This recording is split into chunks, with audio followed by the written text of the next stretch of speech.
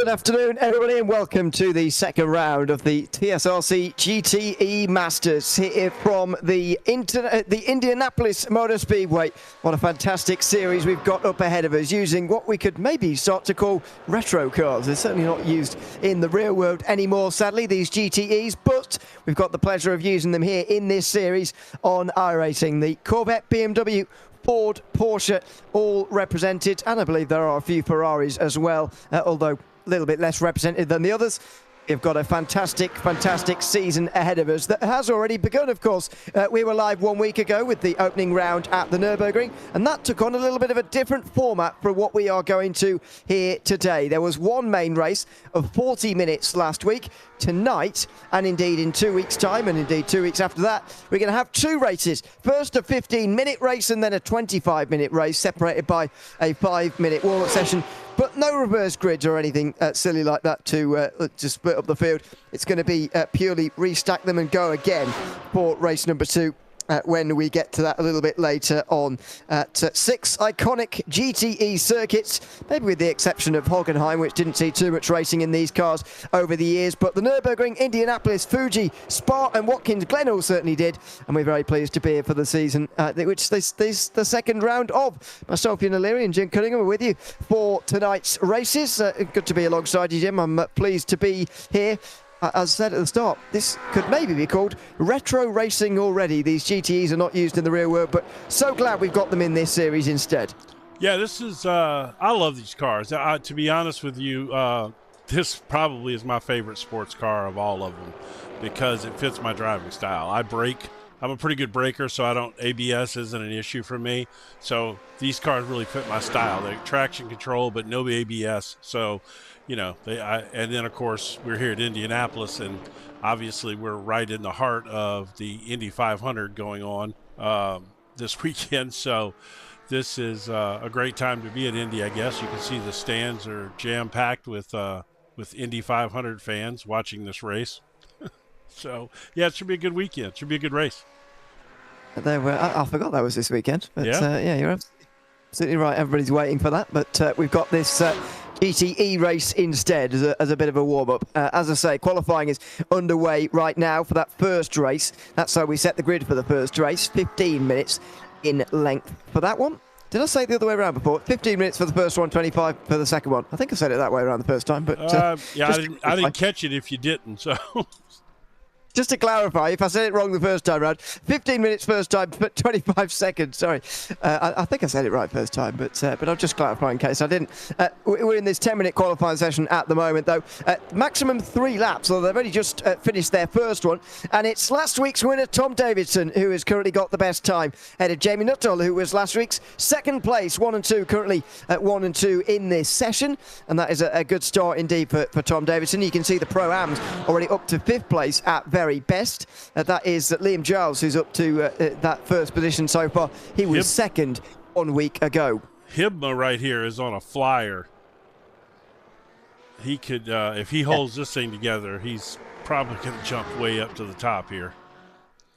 Yeah, he's on a good lap here. Didn't take part in the first race last week, but is here at Indianapolis at least. 2 purple sectors. That's going to be close to the front row. Not quite on it. Going to be inside the second row.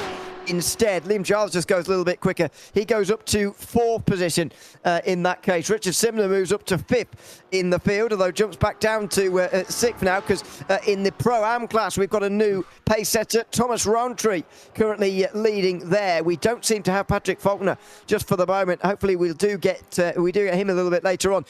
We've got in the Am class, by the way, Francisco Cardillo is currently the championship leader. He took the first race win. He is in 3rd place, though, just in behind Mauro Gabatti, who wasn't there at the first round of the championship, and also Clive Bourne, who was 6th place in the first round of the AM Championship as well. So plenty of drivers strewn across, but this is such a well-attended series. I know it's early on in the season, but people really do like these GTE cars, want to race them as well here in this championship, which is fantastic. Yeah, and what's funny is these cars are, I believe this week they're running at the, or it might have been last week, they were at the Nürburgring, which is always a great combo. But, yeah, these cars are so much fun to drive. I really don't know why they they don't have a better official series for these. They just, they get populated some, but it's not like every race populates, which is unfortunate. Yeah, it is.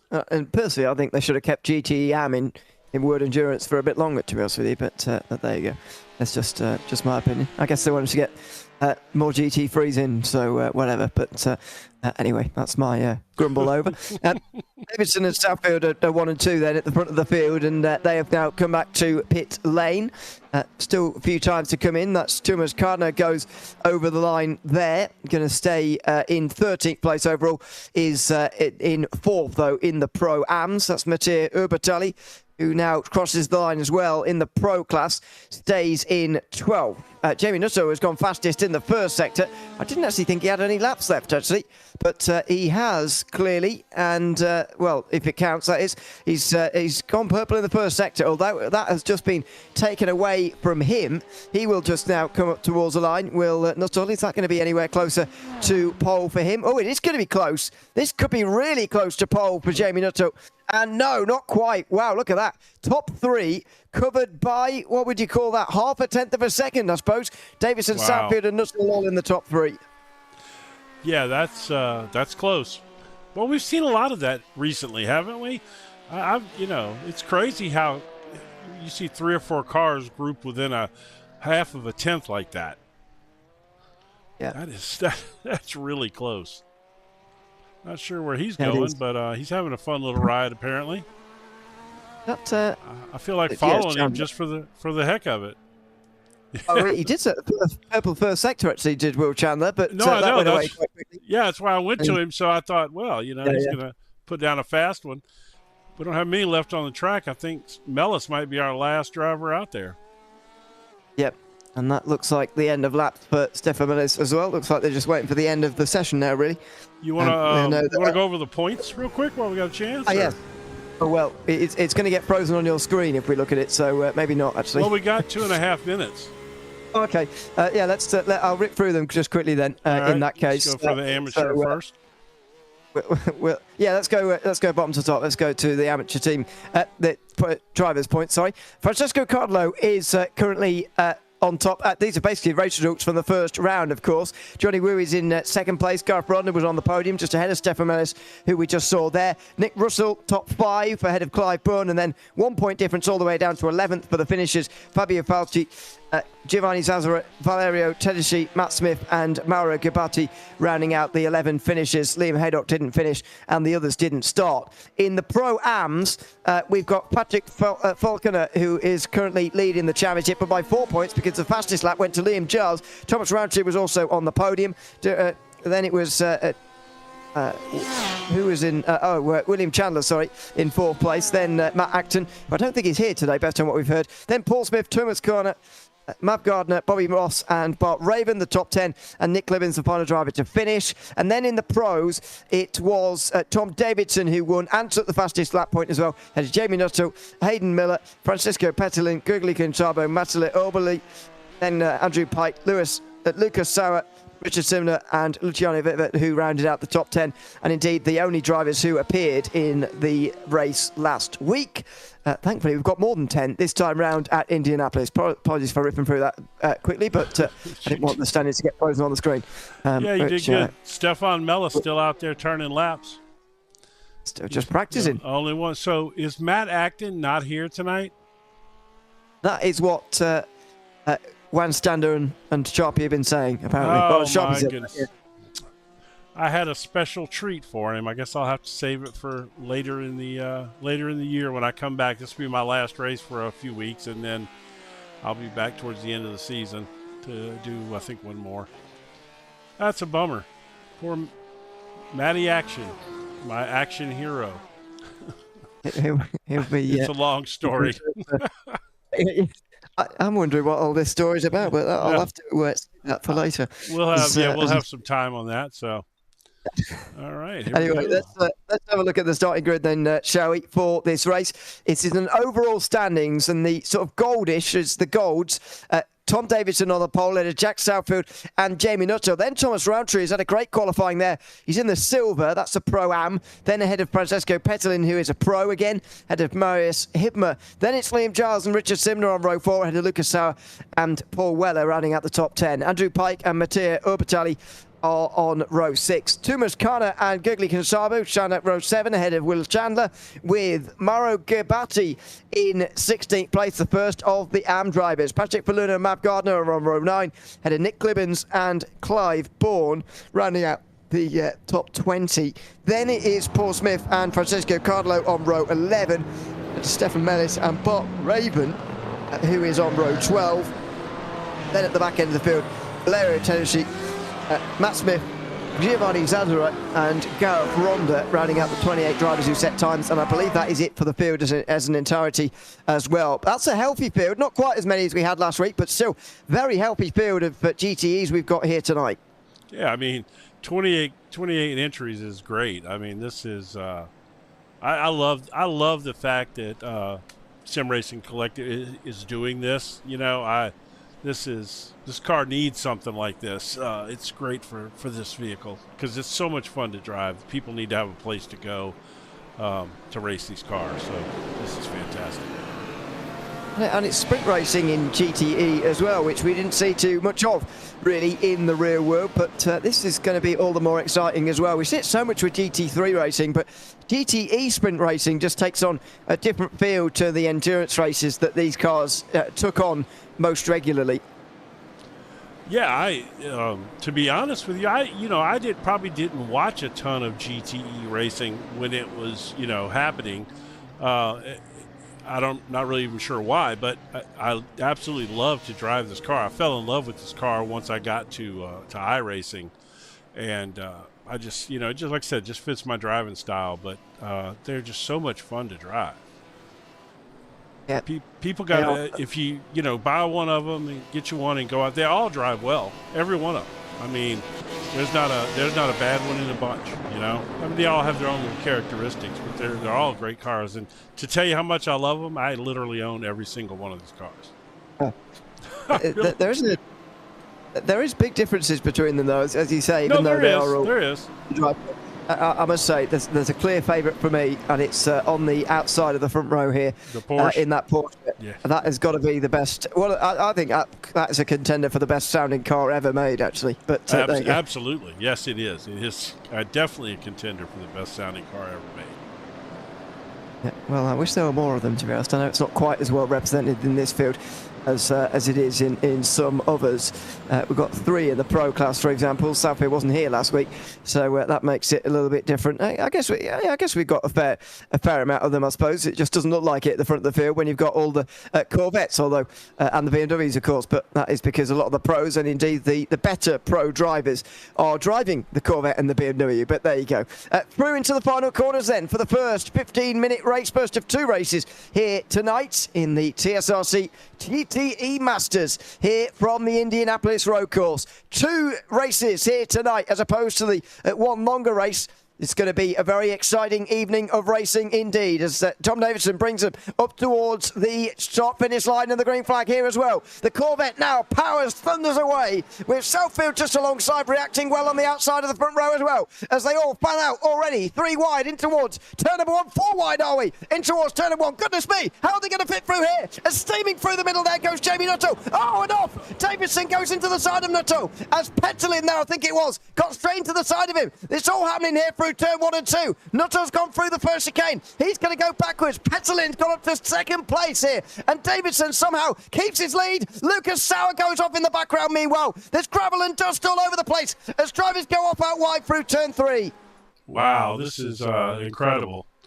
We'll get to look at that replay in a minute at what happened there. We focus on, stay here right now for a minute. And by the way, I want to apologize. Apparently, the software issue we were having before we started had my microphone turned off, so you've literally been talking by yourself this whole time. So all those great stories. Let me just tell you that I was probably the best commentator you've ever heard during that part, but unfortunately you didn't get to hear it.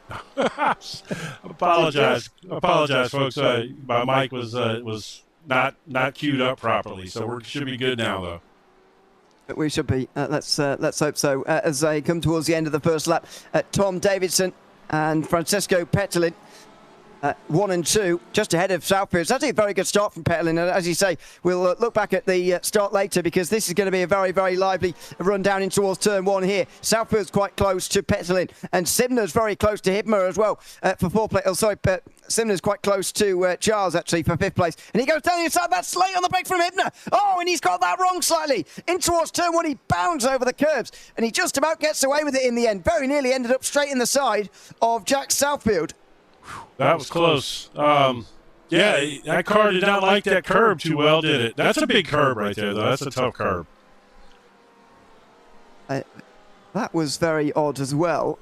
There was smoke in the background of that shot through turn 1, and also there's gravel all over the circuit through the first corner, so the 4th corner rather, through that second bit of a braking zone there in the first sector. But yeah, it's all been happening early on in this race. Right. We should, by the way, get through quite a few laps in this opening race. Should be 11 or 12 here, so it's a pretty short circuit and absolutely full of action as well, though Tom Davidson is well out front now, 1.5 seconds ahead of the rest of the field. So let's jump back here to the start, and let's see what happened here.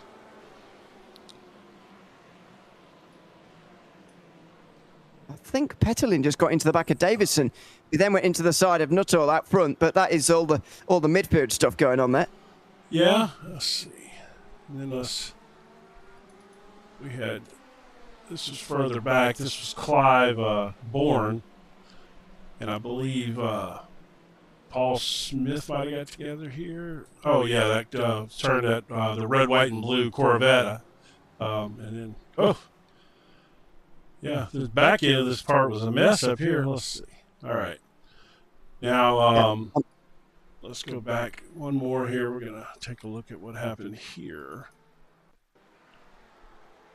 By the way, I think your mics are echoing. I think you could be heard before, because I've just gone back and listened, and you could be heard before, but I think you need to reverse whatever you just did, because you're echoing now. That's the spinning towards turn 1 on lap number 2. That's where all the smoke was coming from, just in the background. That was towards the top end of the AM class, which at the moment Giovanni Sazera is currently leading. Finished in 8th place, did the Swiss driver in that first race of the season 1 week ago, but is now leading this second race as Pettelin's under pressure again. Jack Southfield down the inside, and he's going to go through into that second position as well. Davidson's gone and should win this race from here, but it's about the race for second and the other podium places now that Pettelin holds, but only briefly. Here comes Hibner on the inside line as well, up into 3rd place, and Richard Simner as well now is coming through on the inside line. He's going to have no slipstream though, and the 2 BMWs on the outside line are going to roar past him, and Simner is going to have to tuck back in and maybe back down the inside later. Here he comes though. Pettelin's trying to regain those places. He's quite late on the brakes again.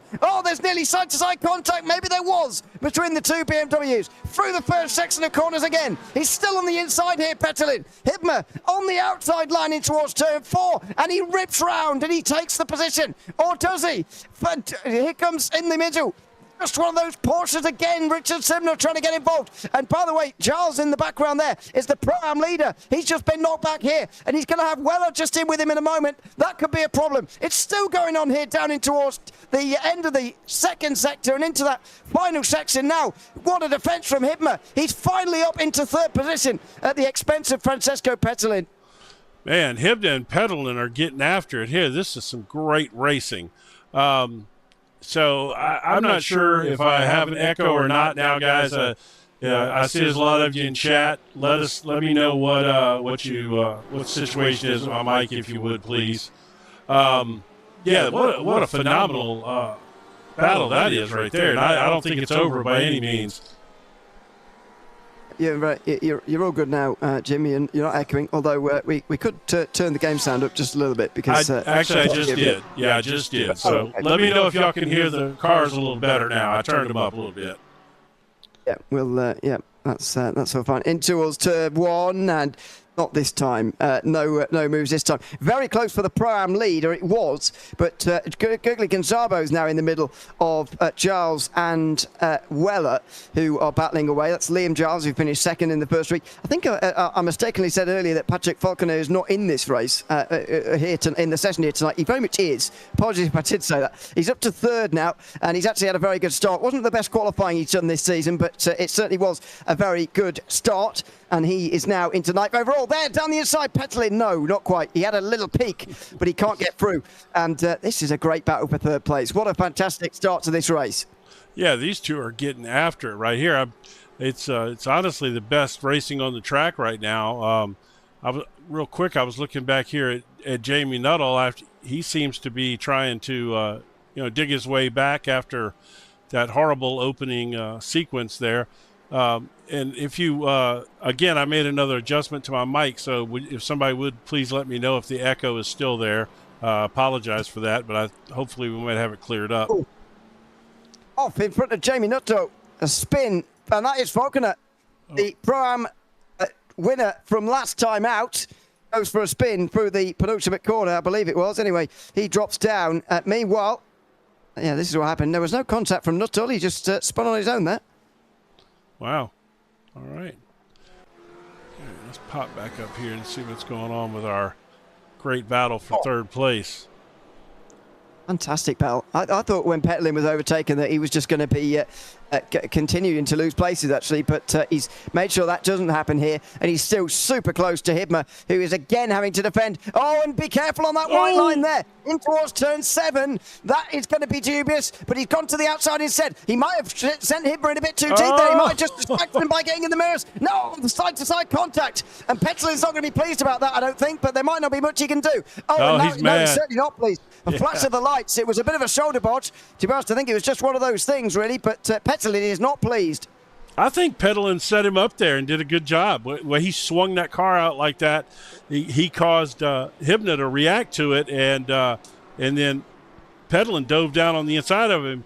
That was a great move, and Hibna had to throw a real block there, which, of course, upset Petlin a little bit. But, wow, these two are getting after it. Man, let's see. I hate to leave this battle, but I want to give some other guys opportunity here to show there's some great racing going on up and down this entire field here. Yeah, Chandler's actually made up a lot of places here and is about to be up to 11th place here with Klarna in that third place in the Pro-Am. Oh, goes on the defensive in that Ford GT. And Chandler's going to go to the outside line, later braking, or is it? No, Klarna's later on the brakes. And will and will stay in front in that 11th position. Side by side, I think, for the AM lead as well between Francesco Cardolo and Stefan Mellis. It certainly is. And it looks like Mellis is working his way in front. Or oh, no. Oh, no. Well, he won. In front, but now he's gone for a spin through turn 2. Oh, my goodness. Oh, that's horrible for Stefan. He was having a good run there. Yeah, he was. Oh, he was, man. Yeah, just in the lead for a brief moment. Now he's back in like 5th place, I think. Yeah. Oh, here. Yeah. Place. It's a real shame for Stefan Mellis, who is now in 5th place in class and 21st overall. Unfortunately for him, so there you go. Not sure how long to go, actually, but it won't be long now in this race. Tom Davidson is still leading by over 3 seconds from Jack Southfield, and we've got just indeed over 5 minutes. I forgot the pace that will have taken place, obviously, and that will just push on the time a little bit. But yeah, 10 minutes gone so far in the first race, and this is the battle for third again. Hibma is in traffic, by the way. That's not overtake for second. There is traffic in front of him here, and that is not helping as he tries to hold on from Petlin. A short bit of defence, and there you go. A bit wide for the lap car, staying out the way. Petlin and Hibma will go through, but Simner will just have the Ferrari in the way, and that's going to be a problem for Simner and Giles, who will have to just wait a second before going through themselves. And in fact, Giles is very close to making an overtake here if he wants to. Petlin's weaving around, still believes he should be given that position back, I think, but he's not going to get it here easily from Hibma. I heard somebody say he's flashing his lights like a German businessman on the Autobahn. I don't know. He's certainly unhappy. which the whole light flashing thing is another story entirely. We won't get into that, but man, there's so much. There's so many good battles going on down through this field. Yeah, I mean, this is the one for third place, and indeed one for the lead as well in the Pro-Am class, just towards the back end of this. But yeah, this is just very, very close racing out front for the moment. Petelin again close in towards turn number 1. Hibmer is going to be on the defensive again in towards turn number 1. Petelin going to be forced to the outside, and it's a little bit late there, does Hibmer, but he'll pull that back in time for turn 2. And he's just starting to control this a little bit better now, unless Petelin can fire down the inside there, and he can't, partly because Hibner shows defence again. Now through turn 4, he's just tighter on the exit there is Petelin. He'll have a nicer run through the chicane, and that's surely going to give him the run now on the way towards turn 7. He'll get the slipstream. He'll bring Simner and Giles with him. In fact, Simner's not even bothering to chase the slipstream here. He's trying to stay out of this and pick up the pieces maybe from these two. Outside line for Petelin, but again, it doesn't work for him. Yeah, I think Simner's probably sitting there waiting for these two to come together. But it's funny, you said that Hibner seemed to be kind of controlling it now. And you see, I think that I'm seeing he seems like he's driving more defensive to me. Petelin's kind of jerking his chain a little bit now and controlling him. We'll see how it shakes out, though. But I think if what I'm seeing is correct, you're going to end up probably seeing Hibner make a mistake, because you can't drive out of your mirrors like that without it'll eventually catch you. You'll miss a brake marker or something. Well, I mean, in a longer race, I would agree, but there is only 2 minutes left, so it's not that long that he has to hold on for here. And Petelin's putting him under the big pressure now. Again, squeeze up to the pit wall there as they pushed all out onto the front straight. Look at this! They're so nearly going to make contact there. What about here? Petelin again. Maybe he's going to shoot. Oh, there it is.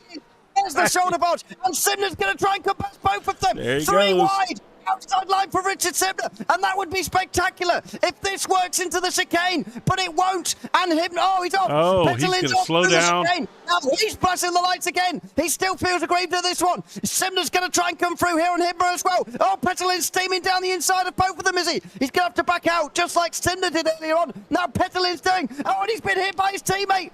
Weller goes around. Weller, who was challenging Giles for the win in the Pro-Am class, goes around into a spin. Wow. Yeah, that was, I tell you what, Petelin came out on the bad end of that deal, man. I don't, he's flashing his lights all upset and everything, but he was the one doing the hip checking there. He tried to bump Hibner off the course, which, I got no problem with. They were, that's fine, but you can't come out of there mad because it didn't work. Look at this. Somebody's going to be mad at the end of this as well as they come out the final corner. Here in the background comes Gertie Gonçalves. Where's he come from? Oh, he's going to make it 3 wide here nearly. And he's going to weave around to the right-hand side now is Petelin. Here comes Gonçalves through the middle. And Liam Giles might well back out of this because this is not his fight after all. He's the Pro-Am leader. And that's 2 pros down the inside. And smartly, he does back out of it. Yeah, that was no place for him to be for sure. Man. Meanwhile, Simner's got past Hibner, by the way. Richard Simner has gone straight down the inside and straight through. So after all that trying from Petelin, now Simner's managed it. As, by the way, we're on the final lap. There's only seconds remaining of this race. He's going to give it another go here, Hibner. In towards turn 7. Outside line, it's the last lap, and they're going to have to. Now, they just rub each other a little bit there. And on the inside, Simner is going to keep the place. Wow, that was a good bit of opportunistic driving from Richard Simner to go from 8th place to 3rd in this race. Further out front, Tom Davidson is going to win this by the looks of things. He won the first race of the season back at that first race 1 week ago. And this time around at Indianapolis, he's going to win the first race of the night. First race of 2 is going to go to Tom Davidson in the pro class. Further in the background, just coming through the final corner in a moment, it will be Hibner, who's going to, Petelin rather, who's going to try and get past Hibner. This might be poetic justice, he would say maybe. As they come up towards the line, he's not going to get there. In the background, Liam Giles comes across the line. He will take victory as well. After 2nd place in the first round of the championship, he takes the win this time. And in the AM class, it's Cardillo who is currently leading the race by over 5 seconds. We saw Cardillo and Mellis have their own incident. Francesco Cardillo now has had a pretty quiet second part to that race. He will take the victory in the AM class. Wow, that was, whew, man. You can catch your breath now because you were, man, you didn't stop calling action there. It was crazy. That was fantastic. And I think sometimes this circuit, not that well known for racing, especially in GT cars. I personally think the racing can be a bit difficult around here sometimes, but that was spectacular, especially for third place between Hibner and Petterlin. And they're going to start fourth and fifth directly next to each other, by the way, in race 2. What a start that's going to be. That's all right. So we still hadn't finished yet. Okay. Still waiting for the for Gabati to come across the line, but we'll wait for a warm up to actually show you the full breakdown of the results. But everybody did get to the finish at least, even if some of them finished one lap down. And indeed, there comes the warm up session, so we can now bring you results from race 1 in a couple of moments' time. But so what a fantastic! Would you like to do overall? Race. Would you like to do overall, or would you like to do? We'll do it by class. Okay. That's so how we'll do the AMs first here. Yeah, so AM drivers, 8 of them here tonight. Francisco Cardlo takes the win ahead of Stefan Mellis, who jumped his way back through the field again after his spin at turn 2. Matt Smith onto the podium ahead of Clive Bourne, who just held off Valerio Tedeschi. Then Giovanni Zazzara, Mario Gabati and Gareth Ronda finished one of those drivers one lap down I was referencing a couple of moments ago. In the Pro-Am class, it was Liam Giles who took the victory. A very good overall placing from him, actually, as well. Paul Weller finished in second, 2.5 seconds behind, with Tumas Kana in third, just holding off Mav Gardner and Patrick Falconer. I'll have a good race in the second one, I would imagine. Paul Smith and Will Chandler finished 6th and 7th, barely any tenth of a second apart as well, with Nick Clemens and Thomas Roundtree and Bart Raven rounding out the top 10. I tell you, Weller did a good job there. He spun. Or at least got sideways there a little bit or whatever, and late in the race, and he still managed to hold on to second. Those two were pretty much, pulling away from the rest of these guys pretty good, apparently. It was so much up front in the pro class, we didn't have a chance to really get a good look at that battle. That apparently was a really good race right there. Good point. Yeah, I'd forgotten that, but yeah, he did get up the field quite nicely. Tom Davidson, though, won overall, as we know, 6.2 seconds in front of Jack Southfield, with Richard Simner and Marius Hibner battling it out for third on the last lap as well. Gergely and Saba actually got up to 5th place in the end as well. Jamie Nuttall also promoted Matteo Urbatali likewise, because Francesco Petterlin must have hit the instant limit. 8th place in the end. He's got a post-race penalty by the looks of that. Lucas Sauer, who spun on the opening lap, and Andrew Pike, who must have had something similar happen, finished 9th and 10th. But Petterlin drops to 8th position after that penalty, and that's really going to hurt him in the second race as well. There are 17 incident points, by the way, available in these races.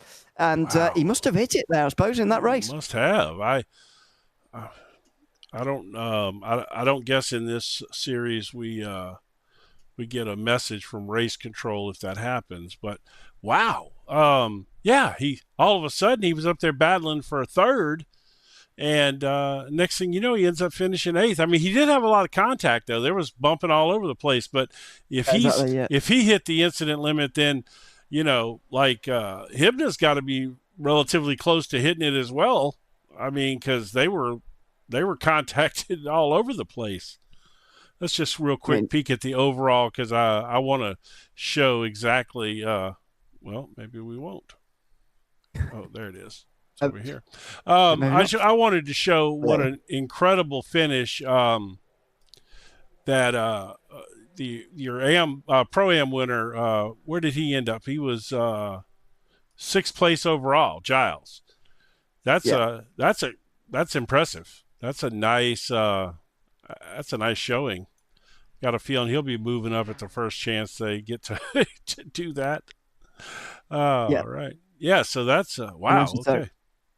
Now you can take you a few breaths, get caught up for this next one, because you're fixing to be going again, because the guys are all well. So does the incident limit carry over? So they're no. Okay, so they start fresh. Per race. Okay, yeah. Because I was going to say you're not going to see any action out of some of those guys then. Wow. I think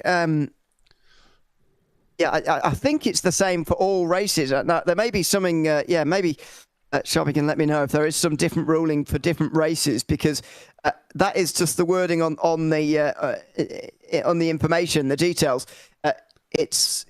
You've got you've got incident points at 17. As far as I can see, but that is just one figure. And when you consider we've got 3 different race lengths in this series, then I did just wonder whether there would be something a little bit different for these races compared to, because that sounds about right, 40 minutes, but that's quite a lot for 15 minutes. But Petterlin managed to get there, so maybe it doesn't. maybe it doesn't matter too much. But there you go. I tell you what, sometimes that makes you wish there wasn't incident limits. I mean, I get it. But man, hard to believe that you should be punished for that kind of racing. But I get it. I'm not. I understand. But golly, that was some good racing. All right, I think we're about finishing up with the warm up session here. We'll go into the race session in a couple of moments' time. Stefan Mellis in YouTube chat says that there was no self-spin. He was hit by the leader. And so that's why he was backwards at turn 2. I did presume that, but I didn't want to point any fingers before seeing it. But there you go. we got there a little late, to be fair, Stefan. We only caught the very end of that, so we didn't actually see it happen. But I hated to see that for you either way. Yeah, absolutely. Well, this is the starting grid for race number 2. Effectively, it is why don't we start at the beginning? Bottom end. There we go. Tom Davison, after that overall race 1 win, who's going to start on pole for race 2 as well. We'll see if he gets off to such a flying start and whether he comes under more pressure this time or not. Jack Southfield will start alongside him, at least, with, I should say, fellow Porsche driver Richard Simner. Marius Hibmer will start from 4th place ahead of Gurgly Gonsabe, with Liam Giles, the Pro-Am winner, in 6th, ahead of Jamie Nutso. Then Paul Weller directly behind his Pro-Am rival, and directly in front of his next Pro-Am driver, Tumas Kana. On the other side of the grid will be Mattia Urbatali. Then it will be Matt Gardner and Patrick Faulkner on row 6. Row 7, 13th place. We'll get there in a moment. It's not switching for some reason. Okay, well. Yeah, let's try one more time right here. There we go. Paul Smith, 13th place alongside Will Chandler, the 2 Pro-Am drivers. Then Francesco Cardlo, who is going to start from 15th after winning that first race in the AM class. Nick Clemens was next. Has Stefan Mellis, who will look to make amends for that first race, and Matt Smith as well. Clive Bourne and Valerio Tedeschi are on row 10, ahead of Thomas Roundtree and Giovanni Zazzara, who was leading at one stage in the AM class, by the way. Francesco Petterlin drops all the way to 23rd after that penalty. That is very, very damaging for him. He's back with the spun drivers who had problems in the opening lap of the previous race, or indeed after that. Lucas Sauer, then Mara Gabati, Andrew Pike, Gareth Ronda and Bart Raven, who rounds out the 28 driver field, I believe, all of whom are going to start this second race as well, which will be good. And it's going to be 25 minutes in length, and Tom Davison's going to have another chance to maybe win from the front again. It was very convincing in round 1. We'll rate to 1. We'll see whether he manages to do it again here in race number 2. Yeah, I tell you, I don't know. I guess I'm just I just hate to see that Petterlin is starting back at the back of the field after the battle that he had up there for that 3rd, 4th, 5th battle that was going on. That's just horrible. I hate that, because I doubt very seriously he's going to be able to work his way back up there. Maybe, but that's just tough. Anyway, that's my rant for the day.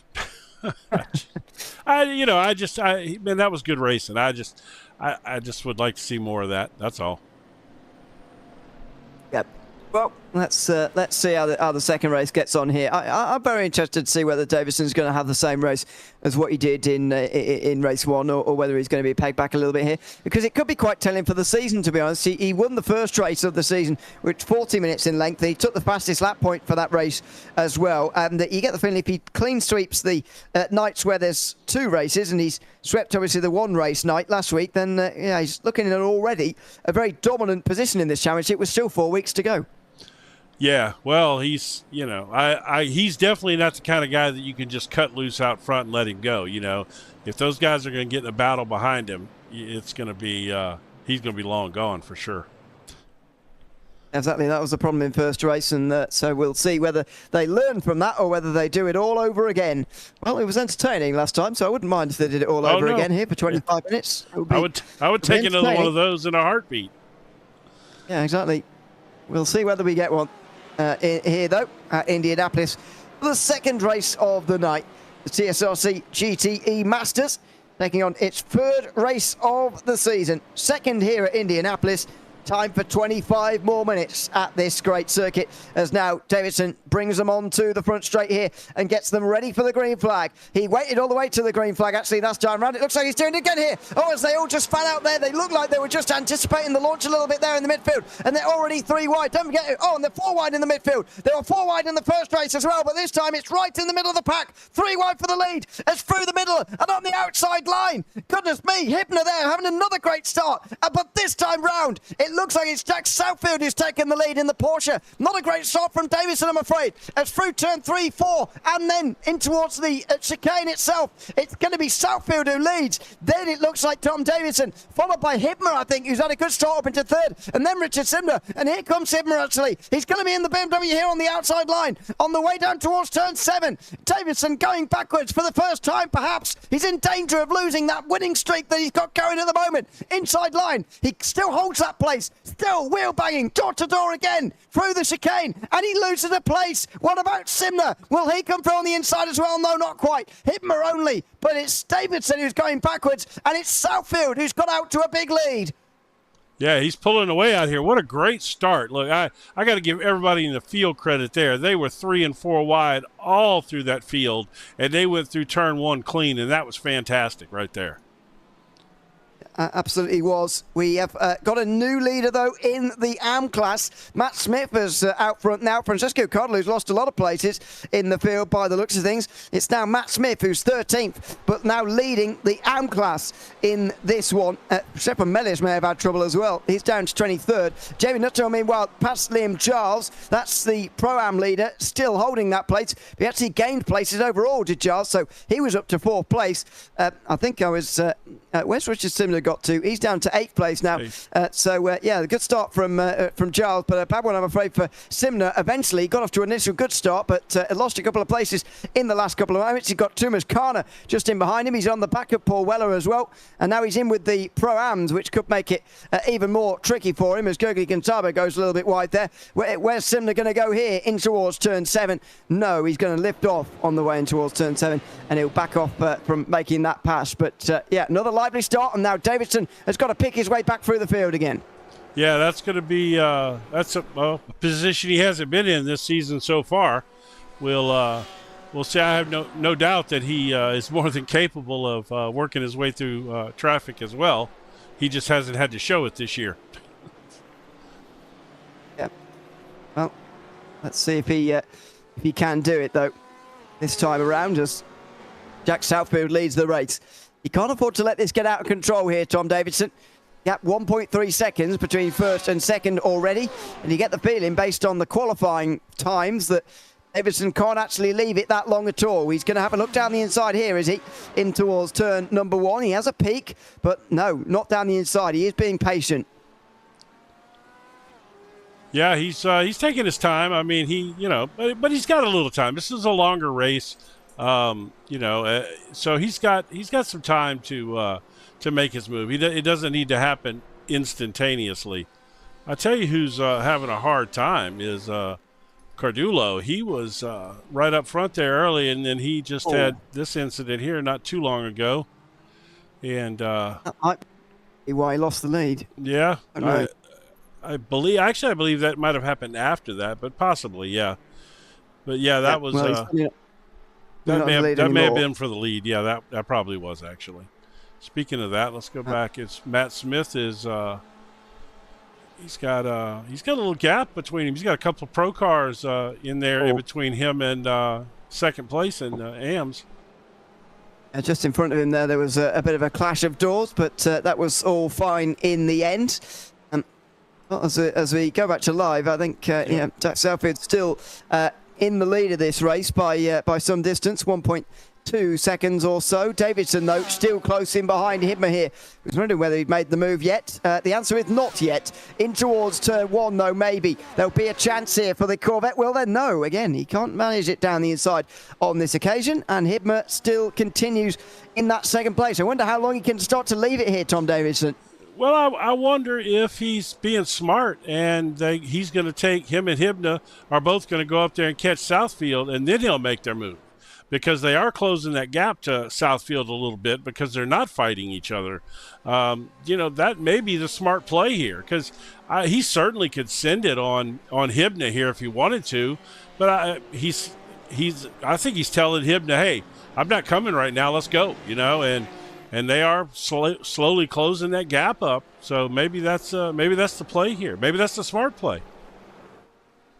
Maybe. I hadn't really thought of it that way around, because I just assumed Davidson would want to get through as quickly as possible. But actually, it might be the smarter thing to do to stay behind him here and try and support him. Just depends whether you've got the confidence he is going to catch Southfield at some point. But maybe it is working.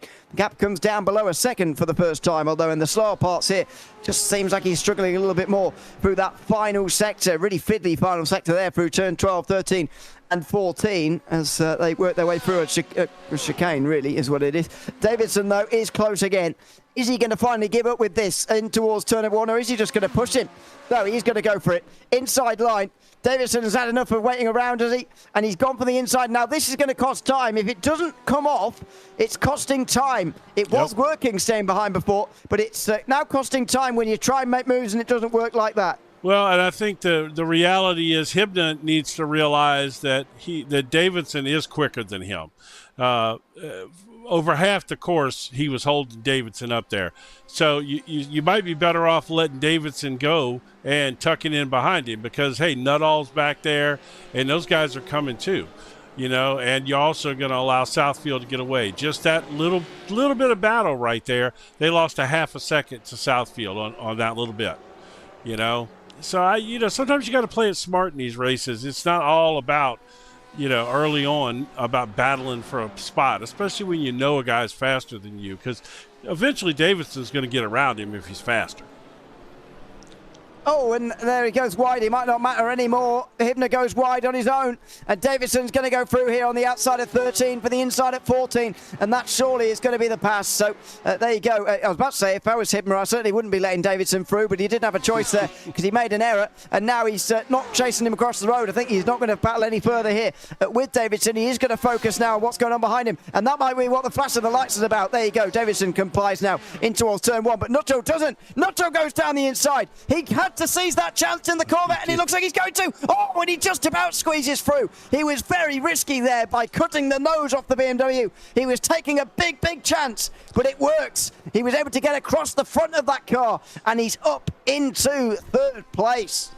Yeah, that was a very, very nice move right there. Like you said, Hibner went ahead and backed off just a little bit and let Davidson go there, and wasn't going to fight it, and he left that door open, and Nuttall slammed that Corvette right on up in there. Wow, that was pretty fantastic right there. That was good. It was good racing between the two, but it is Nutto who prevails, and Liam Charles is now close into Hibner. Unfortunately, the defending that we saw so effective and so great from Hibner in that first race has maybe just gone away a little bit in these last few moments. A couple of personal mistakes there, unfortunately, for Hibner, and that gives up a couple of positions. But these things happen after all. It also gave Southfield over 2 second gap now, but we'll see if Davidson can run him down now. We've had a little action going on back here. We had did Cardoodle get in more trouble? No, that's the same one, huh? No, this is turn 1. This is different. Francesco Cardoodle. It's already happened in front of him here. Oh, what a smash up this is. Dear, oh dear. Yeah, that's it was already bad. a car spun, and then there was a 2-car incident that effectively took those 2 cars into the already spun one, broke. and then that BMW's having a he's it is. By the looks of that. Well, that was an almighty smash up in towards turn 1. Goodness me. Yeah, bad. Oh, I don't think this is anything, but it's Hibner here. Oh, so he's lost another place while watching that replay. He did, yeah. Wow. It's Liam Giles who went through. And Yeah, Gergen Kinsabo is the one next behind him. Hibna is all the way back in 8th place now. Oh, so must be something else down the road here. Let's see, because it's slow down. There you go. Upside the curb. Okay, there it and is. There's a slow down. So that turn of fate, wow. huh? Wow. It is. Oh, and look who's behind him. Petalin. Oh no, is all it? of a sudden in ninth place. Oh dear. Well, look at Petalin. He's flying, man. He's up 14 spots. I'm pretty sure he's gonna probably get aggressive. I want to see this actually, going down into turn 1 because I just got a feeling he's gonna, he probably feels like a lot of this what happened to him was Hibna's fault, and I got a feeling he's probably going to try to get by him pretty hard now. Well, yeah, I think if you saw these two together in real life, you'd probably back away. But there you go. These two are going to fight it out on the racetrack now between themselves for 8th position. You mentioned Petalin's had a fantastic start, and it certainly is true, flying up the field. However, he'll be wondering and having those flashpoints going through his head here in a moment that all what happened in the first race. Wondering how he can get past him this time round, and wondering indeed whether his run through the field is going to come to a very abrupt end here in the next few moments. Yeah, we'll see. One of two things is going to happen. He's going to not have the confidence to pass him because he struggled so bad in the first race, or he's fixing to send it on him because he's frustrated with what happened in the first race. But he's got to catch him first. He hadn't got to his bumper yet. He's getting close, but he isn't close enough to really make a move on him yet. No, and as Hibna gets closer to Weller, it starts to complicate things, really. Richard Hibna in 6th place as well, whose pace at the start of this one not quite as strong as what it was towards the end of the previous race, but he should be okay to keep that 6th position for the moment. Yeah, Petalin not quite showing that threat for the moment, and if Hibna can turn this around and turn defence into attack here, then that'll be fantastic for him. If he can just start to attack Paul Weller a little bit and try and get past him, then maybe that will help ease the pressure back to Petalin just in behind him here. Well, and the thing is, Weller, of course, he's a Pro-Am driver, so it's not really his fight, but yet he's trying to chase down Giles, who's flying, I mean, Giles is in first, he's at first in class and 4th overall right now. He's having a heck of a run. And, well, Kinsaba, we didn't talk about him till the very end of the first race, but he's found his speed there at the end, and he's got, by the way, driving that beautiful Ford GT. I love that GT. I wish they were a little faster, but, still a pretty car. Yeah. He's found his pace, though, for sure. I was to give my opinion on this car, to be honest. I think it's contender. I said Porsche's contender for best sounding car of all time. I think this Ford is contender for one of the most overrated cars of all time. But that's just my opinion. In towards turn 1, Hibna very close to Weller, by the way. Oh no, he's not gone for it this time round. You mentioned it's not really Weller's fight at the moment, but he's more than entitled to stay there if he wants to. Sure. In 7th place, there's nothing that says that the lower class drivers have to get out of the way for the faster ones, but Weller is at the moment maybe in a bit of danger by staying in front of these places. I think what might be influencing his decision, though, is the fact that Petalin is on his team, and if he stays in front of Hibna here, then it does help Petalin a little bit, get closer to Hibna in his quest to get into 8th place, which will be 6th place in the Pro class.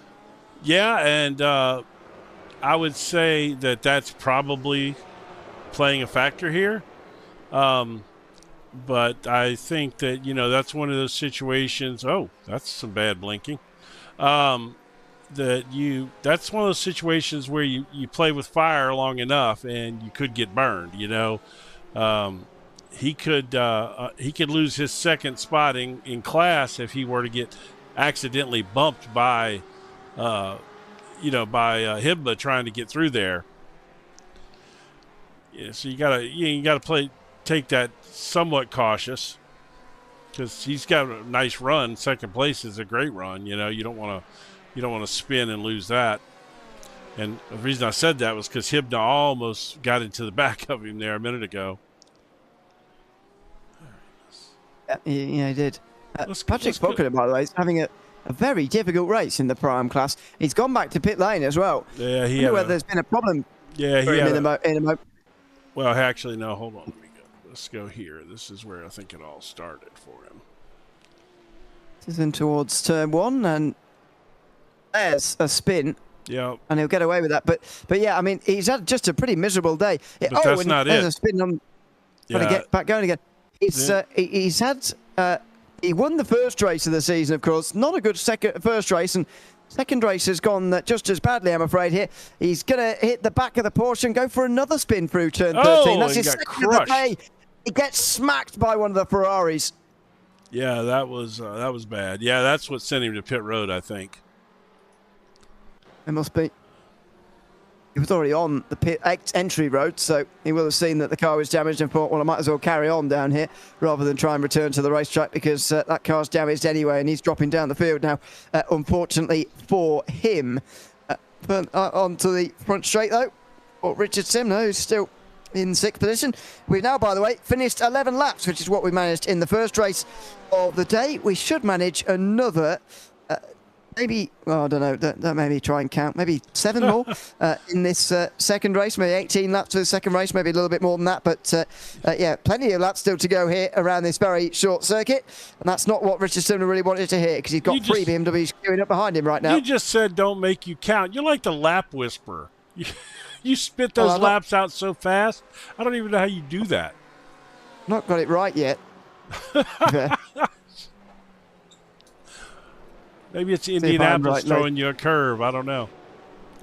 Yeah, it's not a very round number lap time around here. We're doing 123s, I think, in the race. It's not round at all. No, yeah, not at all. No. Anyway, out onto the final sector for these guys. Ibma is very close to Weller here again, like he has been for a while now. But again, if he stays in front here, Weller, then he'll be helping his teammate here, Petlin, whose progress has just been slowed here by this group. Although I suppose getting into the top 10 will do that. It's a lot more more difficult, to make up places inside the top 10 than outside of it. Well, indeed it is, but still, you would think that a pro driver, in theory, should have better pace than a Pro-Am driver. Of course, I'm sure any fan of Giles would argue with that because, or Giles. I'm not sure how you say that. You think it's Giles or Giles? I'm going with Giles. Yeah. Well, clearly he's, the class of the Pro-Am field right now. He's fast. And, but yeah, this is turned into a bit of a stone wall that Hibna's run into here. He's struggling to get past Weller for sure. Yep, he absolutely is here. And in Weller's defense, he's not really driving defensively. He's just driving. No, not at all. He's not blocking. He's not blocking lines or anything. He's just running his line. No, he's not doing anything to actually try and defend this position. He's just got the speed to stay in front right now, which is certainly a positive thing. Richard Simner's actually catching Gigli Consabo and Liam Giles at the moment, by the way, as well here. So even more incentive here for Weller to stay in this position and try and stay close to Giles, because if he lets these two through, then it'll suddenly have 4 cars between himself and the Pro-Am leader. But all these gaps now from 4th place down to 9th, below a second. I wonder whether in the final 7 minutes we're going to get a bit of a throwback to the first race of the day here as Hibma gets close to Weller again. It's Hibma and Petlin trying to do the overtaking this time round rather than the defending. And you can see Weller is now throwing the first defensive shape, but he didn't get across the nose in time. Here comes down the inside Hibna in towards turn number 1, but Weller around the outside for the first part. We'll get the inside the second. And here comes his teammate, Petlin on the other side. And they're going to be side by side again. Here they come in race 2. Petlin and Hibma reunited, very nearly making contact again through turn 4 into the chicane. Petlin's going to be much more careful this time because he hit the incident limit in the first race. He can't afford to do that again and have his night ruined, so he's got to try and do this one cleanly here. In towards turn 7, he has a peak, but no, that's the first real sign that this is going to be a proper fight here between these two once again. Between these 3, because Weller, they may not be fighting on track for a class position, but my goodness, that was some fantastic driving by Weller right there too. I mean, he almost pinned Hibna behind him, and Petalin almost was able to use that to get around. Hibna's going to have to be careful that he doesn't get boxed in like that again. Yeah, absolutely. Yeah, that was a really dangerous place to be, actually. It's a good job that Weller played fair there, because he could have just slowed down on the apex and effectively just boxed Hibna in alongside Petalin and with him in front there.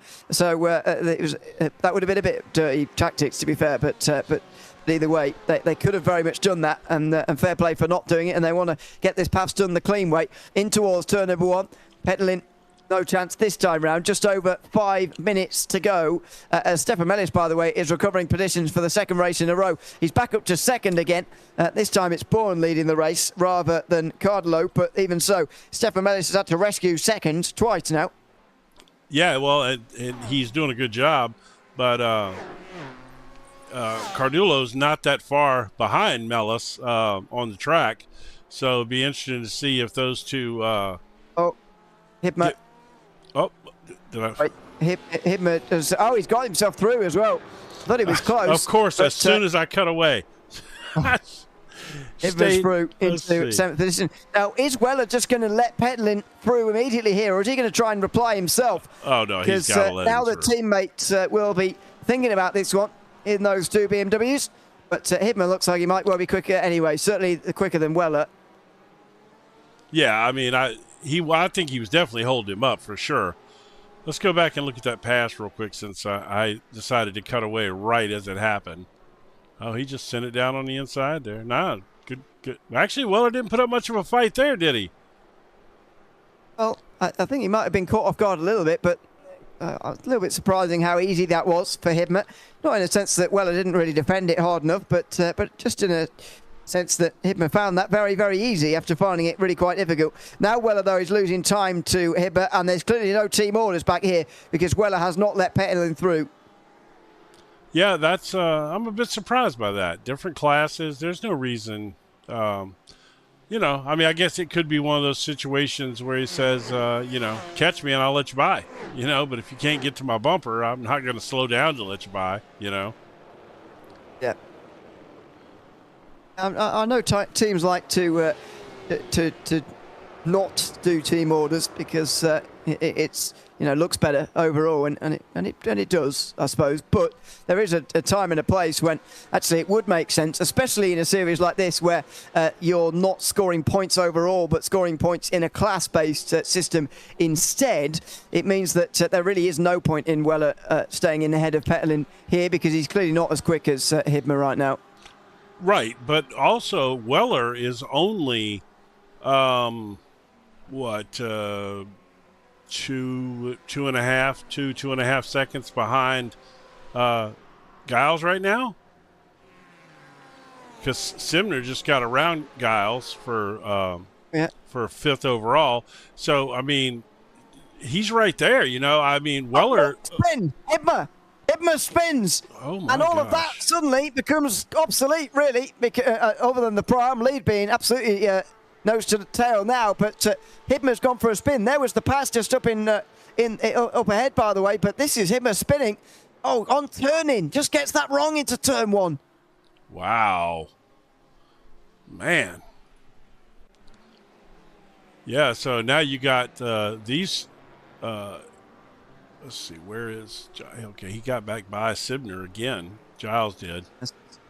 Simner just locked up and went wide, so now he's right in front of Weller, and that's a really bad thing for Weller. Although it probably wasn't close enough anyway, as we come to 2 laps to go here, by the way. So I've got it wrong by a lap, but anyway. It's 2 laps to go, and well, it's going to be very close, actually. We'll see whether it is 2 or 1 lap to go. But anyway... there was very little chance anyway, I think, of Weller actually getting through. And, well, that's cemented it now with Simner going wide and just getting in front of these two. What happened to Stefan Mellis? He's disconnected, as far as I can tell. Did he disconnect, or did he have an incident first? As far as I can tell, it's just a disconnection, but we will find out from this. Oh, yeah. Oh, yeah. He's not got control of that car. No, absolutely not. Oh, man. Golly, he was having such a good run, too. He's up to second place again. Yep. Oh, I hate that for him. Real shame. Francesco Cardlo's going to have the best day of anybody in the AM class, by the way. He's up into second. We've got somebody in YouTube chat asking how the leaders are getting on of all three of our classes. Jack Southfield's leading the race overall, and he's got Tom Davidson now right up to the back of him here in these final few moments. Liam Giles is leading in the Pro-Am class, and in the AM class is Clive Bourne, who's leading. Sixth place finish for him at the opening round of the season 1 week ago, but now leading the AM class. This, though, is, I think, the transition towards the final lap here for Southfield and Davidson, or is this going to be the checkered flag? And it's going to be the checkered flag, and it comes right at the moment here for Southfield. Davidson got right up close there at the very end, but with about a second to spare, Southfield is able to take the checkered flag. After 25 minutes and 1 second exactly, he takes the checkered flag, and he takes the win by quarter of a second as well. Davidson threw everything at that, but he couldn't get down the inside or side by side anywhere, and the just about run out of laps there at the finish. That was super close. Wow! If that would have went one more lap, that might have been something there. Yep. And here's your AM leader coming in. No real battle here. Clive Bourne, who wins in the AM class, ahead of Cardlow, who's just got ahead of Gareth Ronda. Giovanni Zazzara is just going to go across the line next up as well. But what a fantastic couple of races here at Indianapolis. Can't believe how close that was. Southfield there was so close to taking the white flag, and therefore another lap. And as you say, that might have been too many. Yeah, I think one more lap would have, that was so close to one more lap too. Wow. That's something else. Very close. Yeah, that was a surprise. Well, that is the end of that. The feature race, the second race here at Indianapolis, the 25-minute race from this circuit. Well, the second round of the championship is complete here in the GTE Masters. What a fantastic race between them as well here at this circuit. As I mentioned at the start of the broadcast, going to 6 GTE circuits across the world that they've taken on in the real world, and this has been a fantastic one here at Indianapolis. Here are the results of the second race, starting with Clive Bourne, who's won in the AM class by 8 seconds ahead of Francesco Cardlow, who holds on from Gareth Ronda and Giovanni Zazzara. Matt Smith rounds out the top 5 with Mario Gabatti, Valerio Tedeschi and Stefan Mellis, all finishing 1 lap down each. Oh, what a shame for Stefan, man. I hate to see anybody lose something because of disconnect. Yeah. William Giles wins in the Pro-Am class. With the Paul Weller car 2.4 seconds behind, as we saw there in the end. Tumas Kana finished in third place with Will Chandler just about a couple of seconds off the podium. Matt Gardner held off Thomas Roundtree for fifth, ahead of Paul Smith and Bart Raven, who were over a minute down. Patrick Faulkner finished 1 lap down, and at this point evening for him, Nick Clivens didn't get to the finish, only did about a third or so of that race. And finally, the Pro standings, which of course was won by Jack Southfield, as we just saw, a quarter of a second in front of Tom Davidson. Jamie Nuttall finishes on the podium ahead of Gergely Kinsaba, with Richard Simner rounding out the top 5. Francesco Petterlin will get ahead of Marius Hibmer after that late spin, with Andrew Pike, the final driver, to finish. Lucas Sauer and Mattia Urbatali did not finish. So, speaking of Hibner, who went for that spin, he's come to have a chat with us now as well. Marius, welcome in. Good to have you with us. Well, you were involved, I've got to say, in most of our coverage here tonight, because you were involved in so many great fights tonight. Just tell us how you enjoyed tonight's racing, or if you didn't enjoy it. I really enjoyed tonight. I was not expecting to be up there at all, because there's some super quick drivers in this league. So I think just in both races, actually, I got such a good start with just like chaos around me. Like, I think race 1, I went from P6 to P4 when they sent it like 4 wide into turn 1. And I just kind of stayed up there and I battled the entirety of race 1. And then race 2, in the beginning was kind of the same, because I went from P4 to P2 and had a decent battle, although I wasn't really trying to battle. I wanted him to go past me so we could just I could just follow him because I knew he was faster and I wanted to catch the guy ahead. But then I think he expected I was gonna fight it, so I backed off. Then guy behind sensed it on me, and I somehow end with a 3.5 second slowdown, and it just went down from there. But yeah, fun race tonight. Yeah, it was fun to watch you out there, certainly. Talk to us a little bit about your defence in race one on the likes of Francesco Petelin mainly, who was up in behind you for a long time. Two of the BMWs going at it. It was fantastic to watch. What was your strategy sort of for defending from such a big group behind you in that first race? Just keep the car behind me. I don't know. I usually just kind of take the inside line, especially around here. I find you can't really stick it around the outside, so just hold the inside line and yeah, brake late enough but not too late, and they'll stay behind. I'm usually quite good at defending. We managed to keep them behind for quite a while, so yeah, I don't know, just keep the inside. But we've seen that before, certainly.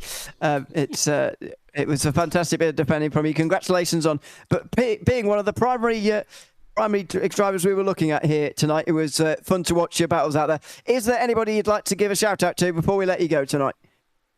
Yeah, I'll give a shout out to my team, GlassTech Racing, even though I'm the only driver in this league for GlassTech. And then I'll also give a shout out to my sponsor, racinggood.com. And one last one as well. I know you weren't here last week. Are we going to be seeing you again throughout the season? Oh yeah, definitely. I couldn't make it last week because it's final school day here in Denmark, and we make quite a lot that day. So I was basically occupied all day. But yeah, for the rest of this league, I'll be here. Well, great to have you out there tonight. Thanks very much for coming to have a chat with us after the races, and we look forward to seeing you in 7 days' time at Fuji. And that was Mario Sidmer chatting to us at the end of tonight here at the Indianapolis Motor Speedway. As I mentioned to him, Fuji is coming up next. If you are driving by in this series, by the way, and you want to come and have a chat with us after the race, you're more than welcome to. You don't have to finish on the podium or whatever. You can come and have a chat with us. But either way, nobody else is for tonight. So that's just about going to do it, Jim. What a fantastic evening of racing. Two great races, I've got to say. I'm not sure whether the 15-minute first race, 25-minute shorter races here tonight helped compared to the 40-minute race last week, or maybe it was Indianapolis that deserves the credit. But what a great couple of races. I mean, I would say it was probably a combination of both. Certainly the format, Davidson had gotten so far out in race one that, there was no, if it would have just continued and been a 40-minute race, he would have continued out there in front.